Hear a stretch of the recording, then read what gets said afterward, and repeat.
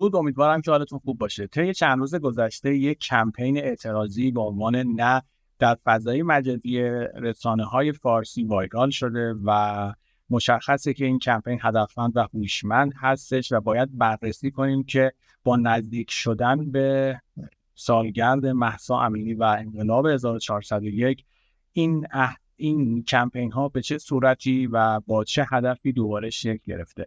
همونطور که سال پیش خدمتتون عرض کردم، در داخل ایران به هیچ عنوان انقلابی رخ نخواهد داد. یعنی تلاش لابی های نظام برای رسیدن به قدرت برای حزب دیگری هست و اگر قرار باشه در ایران انقلابی صورت بگیره، اولا این لابی ها با هم متحد خواهند شد و ثانیاً شرایط سیاسی این روزهای خاورمیانه و جهان نشان داد که عملاً جهان با انقلاب در خاورمیانه موافق نیست و عملاً دیدیم که روابط سیاسی میان غرب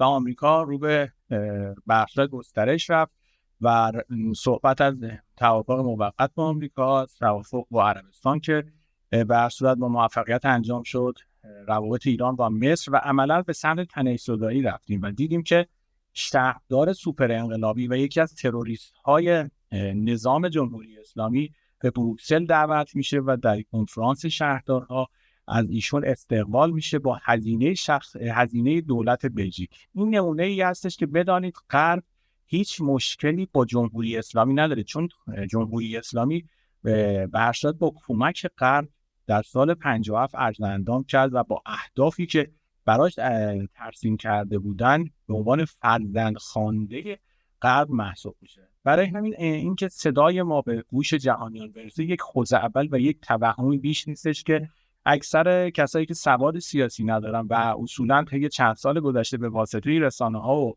علی کریمی و مسیح علی نژاد وارد فضای رسانه‌ای شدن، متاسفانه سوار این امواج میشن. در هفته گذشته مهمترین جنگ میان لابی‌های نظام، یک درگیری و افشاگری‌های مختلفی طی یکی دو سال گذشته زیاد شده و لابی بر صورت مخالف تیم مجتبی خامنه‌ای و قالیباف باید اشاره کرد که اکثر مجلس رو الان قالیباف در تیم قالیباف و لابی قالیباف در اختیار داره.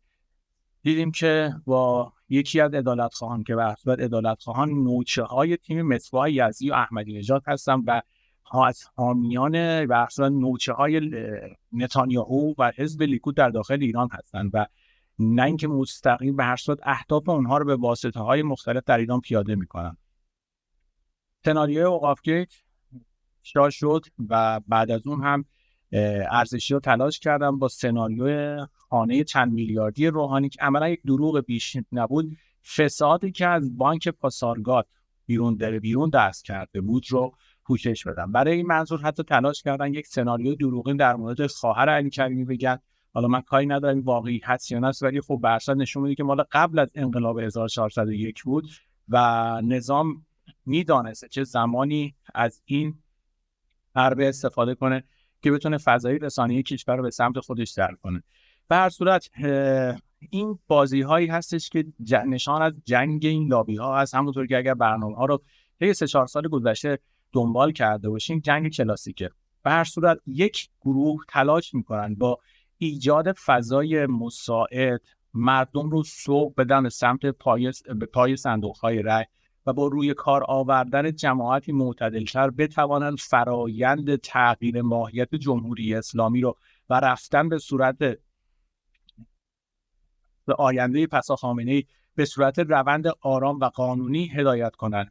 از طرفی لابی دیگر تلاش میکنه با دور نگه داشتن مردم و عصبانی کردن مردم از اجماع و روند دموکراتیک و قانونی به صورت برای تغییرات جلوگیری کنه.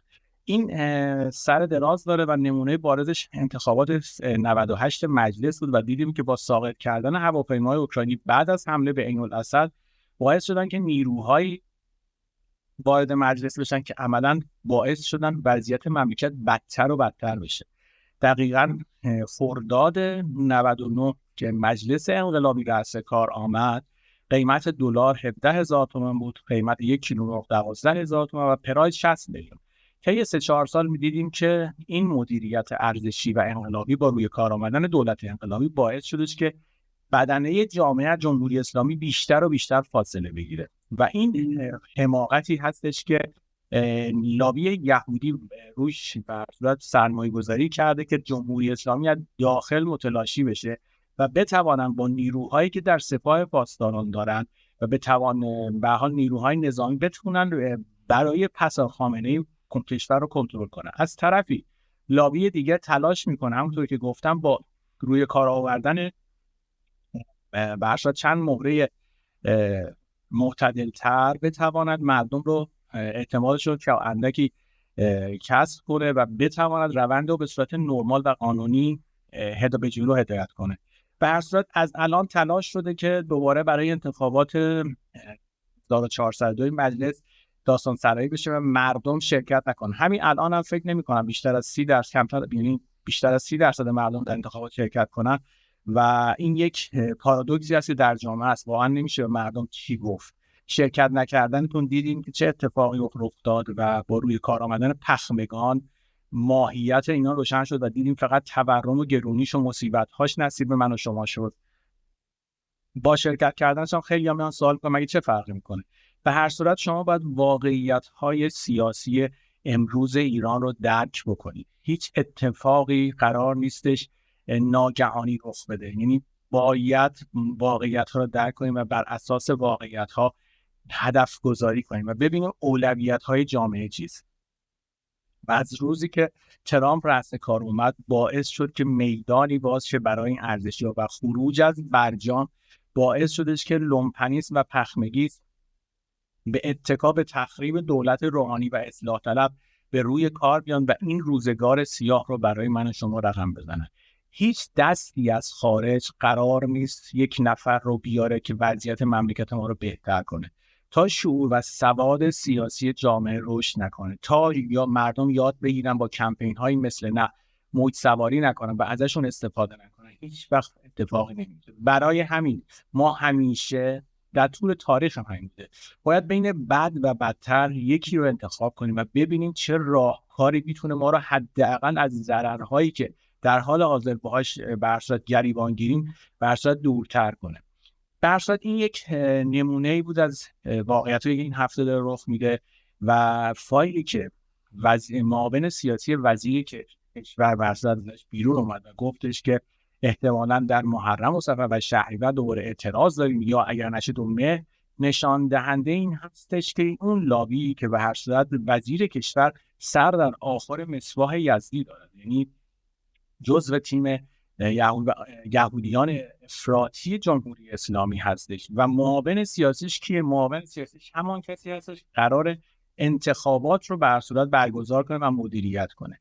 اینها نشانه ای هستش که از داخل به عنوان فایل‌های صوتی و افشا کردن مردم خط میدن، مردم رو آماده میکنن و یواش یواش حساب کنید اینا کنار هم چیده شده. یعنی کمپین نه که یک کمپین احمقانه است که برای به هر صورت عوامی که ادعای روشنفکری و به هر صورت فکر میکنن با اعتراض کردنشون میتونن تغییرات رو حاصل کنن دوباره شروع کردن. یعنی اون کمپین که شروع شد، فایل صوتی معاون سیاسی وزیر کشور هم در مورد احتمال اغتشاشات در آینده نزدیک میاد بیرون و این سناریو رو تکمیل میکنه. از اون بر لابی مخالف که میخواد این افسار رو بکشه و وزیر کشور رو استیضاح میکنه و بهش اخطار میده و وزیر کشور که میادش این قضیه که میگه من قول میدم این معاون سیاسی رو تغییر بدم. به هر صورت یک جنگی راهکار در حال حاضر راهکارمون اینه که بتوانیم با آدم‌هایی حداقل رأس کار سیاسی بیان که بتوانیم جوابگو باشن، پاسخگو باشن. با شرکت نکردن من و شما در انتخابات فرضی هیچ اتفاقی رقم نخواهد شد. یعنی دیدیم که شرکت نکردیم، سال 98 شرکت نکردیم و چه اتفاقی افتاد؟ دیدیم که وضعیت تورم و اقتصاد و سیاسی به چه وضعیتی روبرو شد. ما شرکت کردنمون هم خب ممکنه مثلا دوباره بیام بگم مثلا زمان حسن روحانی میشه، خب چه تغییراتی رخ داد. به هر صورت راه سومی دیگر نیست، نه در هر صورت خیابان میشه و دنبال انقلاب رفت، نه به هر صورت کشورهای غربی اجازه رو به مردم ایران میدن. بدونید یه بحث پایینیش میخوام به این نکته اشاره کنم. ببینید جمهوری اسلامی از مدیر دون پایش تا رهبرش توانایی مدیریت کردن یک بخش رو ندارن. اینها ابزاری هستن که براشون برنامه می‌نویسن، اینا برنامه رو اجرا میکنن. وگرنه اگر به خود اینا بود 100 بار تا الان ساقط شده بودن. شما بدانید اگر قرار باشه انقلابی در داخل ایران صورت بگیره، ظرف 24 ساعت این قضیه رخ میده. با این مجموعه مخالفین مردم که کماکان فکر میکنن بیشتر از 70% جامعه ایران مخالفن و اون 25-30% هم که با دولت برصورت همراه، بیشتر به خاطر اون موقعیت اجتماعی و اون دزدی ها و رانت هایی که هستش تلاش میکنن که این نظام بمونه، خیلی راحت انقلاب رخ میداد. مثلا سال 57 انقلاب از شهریور 57 شروع شد، به دیماه برصورت کار شاه تموم شد. برای همین بهتون شما میگم هیچ انقلابی قرار نیست در داخل ایران رخ بده و درگیری میان برصورت گروه انگلیسی و گروه برصورت گلوبالیستی در جریان هستش و این جنگ کماکان باعث شده که ما برصورت باعث ضرر و زیان کشور ما، مردم ما و کشور شده. برصورت این یک مختصری بود در مورد وقایع امروز. بخواستم بگم که این کمپین نه چیزی شبیه به یک کمپین هایی هستش که چندین سال یاده شد و نتیجه‌ای هم نداشت. اینها فقط به خاطر اینه که یک موجی ایجاد کنن که بتونن بهره برداری سیاسی کنن. حالا باید ببینید از کجا عوامل این فاند گرفتن و کدوم مهره‌ها میان در موردش صحبت میکنن.